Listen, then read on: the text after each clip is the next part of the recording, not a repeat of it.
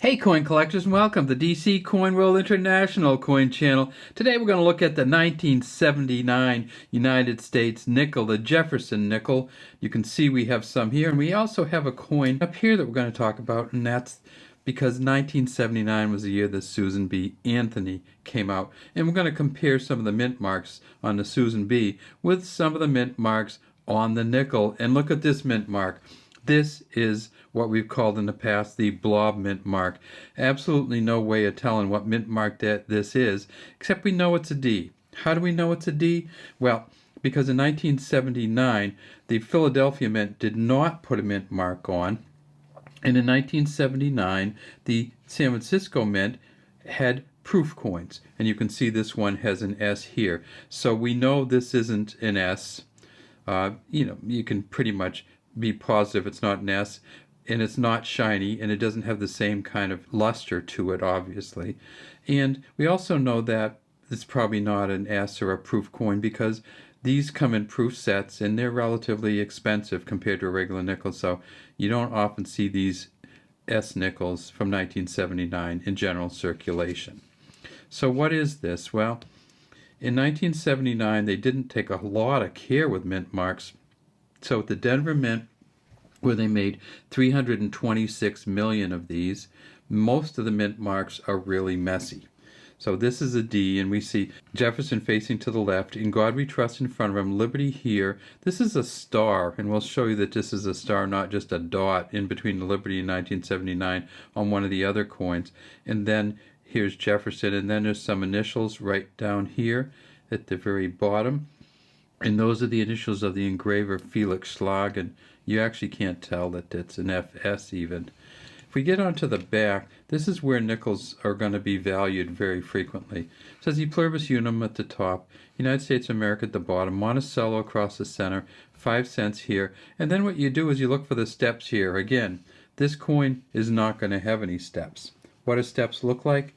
Well, here's a relatively better Denver Mint coin, and this one's from a mint set, and you can just see the quality of this. And you can also see that even though this is from a mint set, the D is still a mess here. It's not a blob so much. You can read the FS down there for Felix Schlag, and then when you get over into the back, you can see this is what steps look like. And let me put this coin down so we can magnify it right up. These ones are a little chipped on the side right there, and you can see you don't have the full steps going all the way across, but this is how steps would look, except there would be full steps. Some people count them different, but 5 or 6 full steps all the way across. If we want to see what full steps really look like, all we need to do is go to the proof coin, because the proof coin, they treat them well, very, very differently. And if we tip this up, so you can see these steps go all the way across. It's a different kind of polish, I know, and it's not quite as visual, but this is what full steps look like. They start on the left, they go all the way to the right, there's no breaks in them, and you can differentiate each and every one from the other. On a proof coin, you're not going to get a whole lot of value in 1979. Here we go. The most expensive proof coin is going to be worth somewhere around $80. A coin like this is going to be worth somewhere between $5 and $10 in this condition.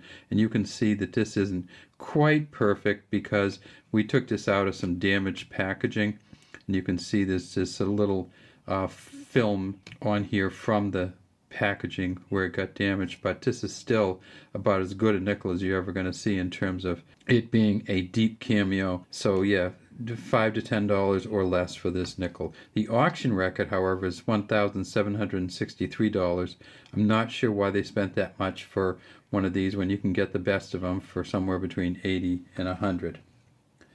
So this is another thing that happened on the proof coins was that they had 2 different kinds of S's, the type 1 and the type 2. The type 1 mint mark is kind of a filled S, they call it, and you can see this is really filled. The type 2 is a clear S, and the type 2 is somewhat preferred. So if you can get one of these with an S that's clear on it, that's going to be more valuable to collectors than this one with the filled S. But even so, it's probably not going to be worth over $100. at the Philadelphia Mint. In the Philadelphia Mint, they did not put mint marks in 1979, so there's just going to be a blank here. They made 463 million. These are 75% copper, 25% nickel. We call them nickels, but they're really only 1/4 of the whole thing is nickel. It's a nickel copper blend. And at Philadelphia, they've actually had one that's, they haven't had any that have been found that are in really, really good condition, but they've found some mint state 66s, and those go for almost $1,000. But what happens if you did get a really good Denver one? So if you got a really, really, really good Denver one, way better than this, you could get as much as $8,250 from Mint State 67. That's the highest graded nickel that we've had from 1979. So we looked at the mint marks here, and we see that the D is messy. Even the S on the proof coin is messy, or kind of a filled S. And other coins have the same issues for 1979, and this is a Philadelphia coin. So when the Susan B. Anthony came out in 1979, they decided to put the P mint marks on them right back here. So even though the nickel doesn't have a Philadelphia mint mark on it, the Susan B. Anthony coin does, and some of the other coins do have the P on them. And you can see this P is okay, it's readable, but even that's filled in. What's a D look like? Well, here's a D, really like another blob D, and these are not very much used coins here. You can see what shape they're in. This is how it came from the mint, just a blob D on there.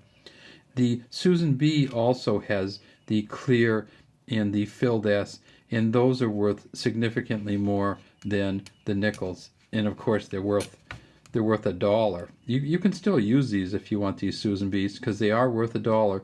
And if you can't get them in the vending machine, then or use them somewhere else, just take them to the bank when you make your deposit, and they'll take them from you. So that's all we have today from the DC Coin World International Coin Channel. Look for these 1979 nickels out there. They're not going to be hugely valuable, but they're going to be kind of fun to collect. Look at a chunk taken out of this one. It got like a dinger on it. No real value to these used ones like this, except the 5 cents. Except 5 cents, or if you need to fill your collection, they're easy enough to find out there. And then you may find some value if you ever get one that has this kind of mess on it. It's not a huge collector value, it's more of a novelty value, but you may pay a dollar or two for one of these with a blob mint mark on it. All right, have a great day collecting out there, and please subscribe to the DC Coin World International Coin Channel.